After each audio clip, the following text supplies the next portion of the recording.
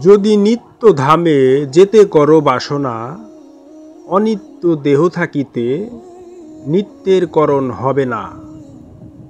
আগে লীলা নিত্য দুটি শব্দের অর্থ করো। নিত্য ধাম হয় পরম অংশ, অনিত্য জীব হবে ধ্বংস।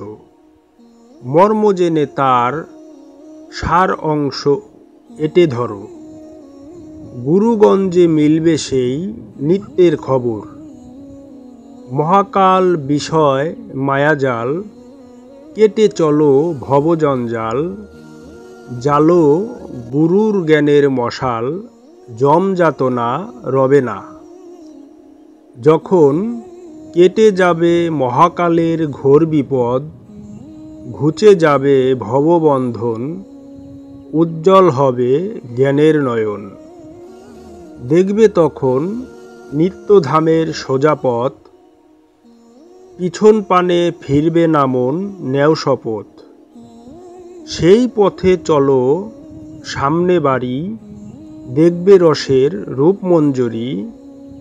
যারে দেখলে জীব হয় বলিহারি, পূর্ণ হয় উপাসনা। যদি সেই রূপমঞ্জরি রূপে রূপ মিশাতে চাও, অনুরাগ সাধনার বলে স্থান পাবে সে হৃদ কমলে। দুগ্ধ জলে মিশে গেলে আর কি চাও, তখন শীতল হবে তাপিত অঙ্গ, লাগলে প্রেমের বাও। নিরানন্দ যাবে চলে, থাকবে আনন্দময় ভূমণ্ডলে। ভেবে রজব বলে তথায় গেলে, জন্ম মরণ হবে না আর। যদি নিত্য ধামে যেতে করো বাসনা, অনিত্য দেহ থাকিতে নিত্যের করণ হবে না।